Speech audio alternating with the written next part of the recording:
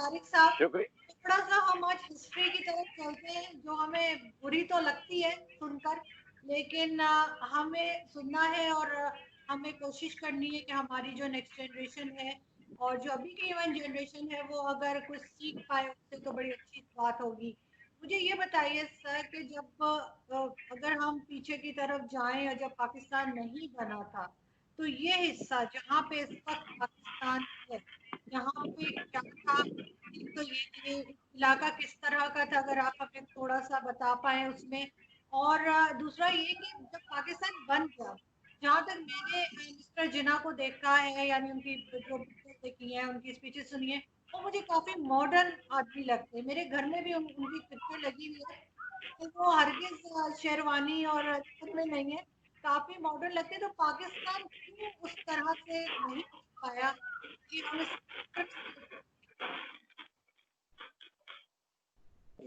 देखें, ये कई सवाल आपने कर दिए।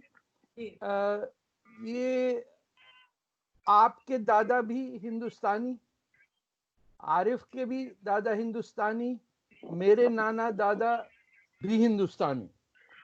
आप अंदाजा लगाइए कि अगर आप किसी शख्स को मिलते हैं और उसकी एथनिसिटी पूछते हैं तो वो अपने आबो अजदाद से रिलेट करता है ना।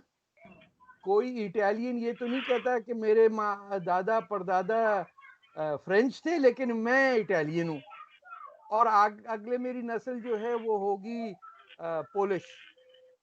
ये सिर्फ आपको ये जहालत पाकिस्तान में नजर आती है कि हम तीनों के परदादा नाना जैसे भी कहें 2 जनरेशन पहले हिंदुस्तानी थे, और हम जो उनकी औलाद हैं वो हिंदुस्तानी नहीं। पहले तो इसको समझिए। तो जब आप वो बात है कौवा हंस की चाल चलती, वो अपनी चाल भूल जाता है। और पूरी दुनिया इस्लाम में ये वाहिद इलाका है जहाँ के लोग अपनी जमीन से शर्मिंदा बहुत हैं। यानी इनको, आपके फॉरेन मिनिस्टर को देखिए, वो तो नाम स्टैंप हर जगह लगाते हैं, मेरा हिंदुस्तान से कोई ताल्लुक नहीं, मुझे तो किराए पे कुरैश लेके आए थे यहाँ पे और मैं आपको तवीज़ें बांटूंगा, आप दुआ करें, आप किसी की बैलगाड़ी ठीक हो जाएगी, ये दुआ पढ़ लीजिए तो शायद कल बारिश हो जाएगी। ये हम बन गए कि वो लोग जो इस धरती के दुश्मन थे, जिन्होंने यहाँ कत्लेआम किया मुसलमानों का, वो हमारे हीरो हो गए। जिन लोगों के साथ हम पैदा हुए, बड़े लिखे कई जनरेशन से, अब आरिफ जो हैं ये इनका सिंध से या आप समझे मेमन बरादरी से ताल्लुक है ना आपका आरिफ भाई, तो या गुजराती या मेमनी बोलने वाले लोग को अब एक कंप्लीटली डिफरेंट आइडेंटिटी से बोलना पड़ता है ना। आपका ताल्लुक भी, आप शायद इलाहाबाद से हैं या यूपी से हैं, आप कैसे कह सकते हैं कि आप हिंदुस्तानी नहीं है? देखिए, लेकिन हमको ब्रेन वॉश करके कहा कि तुम हिंदुस्तान से नहीं हो। जब आपको जमीन से उखाड़ दिया तो आप कहीं के नहीं रहे। इंडोनेशिया में किसी को शर्मिंदगी नहीं कि वो जावा का है या सुमात्रा का है या मले का है। आपके मलेशिया के जो प्राइम मिनिस्टर थे महातिर मोहम्मद, उनको कोई शर्मिंदगी नहीं कि उनके दादा जो थे वो पश्तून थे और उनकी अम्मा जो थी वो मलेशिया से थी, तो वो मैले कहलाए। श्रीलंका में किसी को नहीं तकलीफ है कि वो कहाँ के हैं। ये हमारी बदकिस्मती है कि हमने अपने आप को और दूसरों को, ये सिर्फ नहीं बंगालियों को कहा तुम अरब की गुलाम हो, उन्होंने 2 थप्पड़ लगाए, खत्म कर दिया। 25 साल में किस्सा ही क्लोज कर दिया। जिन्होंने पाकिस्तान बनाया, जो पाकिस्तान है वहां आप किसी पंजाबी से पंजाबी में बात नहीं कर सकते ऑन टेलीविजन। पिछले 70 साल में आपके किसी नेटवर्क पे किसी पंजाबी ने एक दूसरे से पंजाबी बात नहीं की है। क्यों? शर्मिंदा है अपनी जबान से, अपनी जमीन से। आप पब्लिकली आके अगर मेमनी बोलने, आपको लोग जाहिल कहेंगे। अगर गुजराती में बात की, जो मेरे ससुराल की जबान है, तो ये किधर से आ गए? जो जबानें जिस शहर की हैं वो तो खत्म हो गई, हम सब आर्टिफिशियल बन गए। हमारा कल्चर हो गया नाजवा नंबर 1, नंबर 2, पापोश नगर का अलग, गुरु मंदिर वाले अलग, इस्लामाबाद वाले अलग, रावलपिंडी वाले बिल्कुल अलग। तो we are an artificial entity. और ये हमारे हिस्ट्री के अजीज की छोटी सी किताब है, मर्डर ऑफ हिस्ट्री, वही पढ़ लें, दैट इज इनफ। लेकिन आपको नहीं पढ़ाया जाएगा। और सबसे दुख की बात है कि जितने पाकिस्तानी पढ़े लिखे होते हैं उतने ही ज्यादा जाहिल होते हैं। ये आरिफ ने नोट किया होगा, बर्तानिया में या नेदरलैंड्स में इन्होंने तो काफी कठिन लाइफ काटी है। उनको पता ही नहीं है कि वो अगर जर्मनी में रह रहे हैं तो जर्मन अपने आप को जर्मन क्यों कहता? वो रशियन तो नहीं है ना। हमारे यहाँ सिंध में आके कह रहे हैं कि मीरपुर खास की जबान जनाब उर्दू होनी चाहिए। अरे पास में देखो, अमरकोट का नाम उमरकोट कर दिया।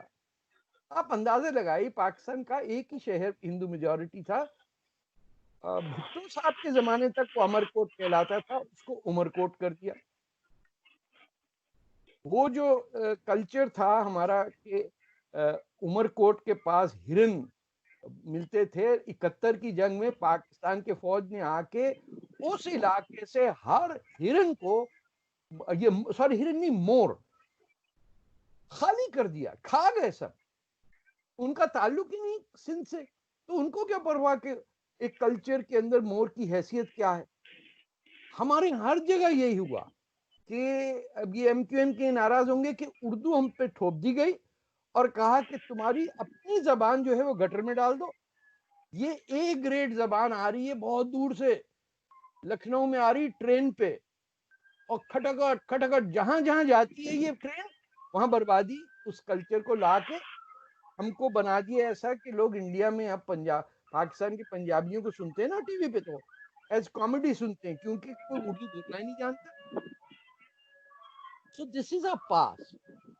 अब इसका आगे क्या होना है वो चैप्टर हो चुका, क्योंकि पाकिस्तान सिर्फ बंगाल में इलेक्ट हुआ था 47 में, सिवाय बंगाल के और मुस्लिम लीग की मिनिस्ट्री कहीं नहीं थी 46 के इलेक्शन में। सोहरवर्दी साहब जो वहां थे, उनको पहले दिन पाकिस्तान में आने से, उनकी प्राइम मिनिस्टर बंगाल को पाकिस्तान आने से पाबंदी लगा दी गई और उनसे कहा जो बात करनी जिन्ना साहब से कराची में जाके बात। ढाका जो पाकिस्तान का कैपिटल बनना चाहिए था, आपको ये नहीं पता ना लोगों को, जब एक ही सूबे का क्या आप इलेक्शन होगा, जब मेजॉरिटी मुसलमान जहां रहते हैं वहीं का शहर होगा ना पाकिस्तान का कैपिटल। आपने कराची को बनाया जो हिंदू मेजॉरिटी थी, आपने कहा नहीं ये कैपिटल है और यहाँ उर्दू जबान होगी और हिंदुओं को निकाल दो, बाकी सारे अनपढ़ हो गए। जिस जो माँ कलोची के नाम से बलोचों का शहर है, ये तो सिंधी भी नहीं, आपने सफाया कर दिया। मंगो पीर के जो क्रोकोडाइल्स हैं, जो हमने बचपने में हमारा कल्चर था कि साल के साल जाके विजिट करते थे, बहुत ही गजब की जगह, आप कभी भी नहीं गई होंगी। पूरे हिंदुस्तान में एक जगह मगरमच्छ रहते थे, वो मंगो पीर कहलाता था। आपने उसको ऐसा क्लीन चैप्टर किया, उन्होंने कहा भाई लखनऊ नहीं है और अगर बगदाद नहीं है तो भैया ये क्या हुआ। उन्होंने कहा मगरमच्छ को तो जानते। We destroyed everything. हमने तो वो हिंदू टेम्पल है जो एक मड वल्केनो है, नानी का मंदिर कहते हैं उसे बलूचिस्तान में, मैं नाम भूल रहा हूँ, महलाज कुछ ऐसा है। वी इरेडिकेटेड दैट, क्या कहते हैं, जो हिंदू रिचुअल था कि हिंदुस्तान से लोग बलूचिस्तान जाते थे एनुअल अपनी हज टाइप के लिए, we cut it out completely. और ऐसे भोले बन के बैठे, हमें को पता, हमें तो पता भी नहीं क्या हुआ, हो गया होगा, हमें क्या पता। We have destroyed languages. तो ये जो कत्लेआम कल्चर का होता है, इसकी सजा तो बड़ी जनरेशन तक मिलेगी। इंसान का कत्ल कर दें तो फिर भी शरिया में माफी का है, पैसे दे दो कुछ हो जाए। अल्लाह की बनाई हुई जबानों का कत्लेआम करने का फख्र या जो जिससे प्राउड ये घूमते हैं, ये सिर्फ और सिर्फ पाकिस्तान के पंजाबी और यहाँ के उर्दू बोलने वालों के सर पे ताज है। उनको फख्र है कि हमने जबानों के ऊपर ट्रैक्टर चला दिए। अब ना कोई बलोची बोलेगा यहाँ, ना सिंधी बोलेगा, ना पश्तो बोलेगा, और पंजाबी तो इतने बेगैरत हैं, उन्होंने कहा हम तो खुद ही नहीं बोलेंगे।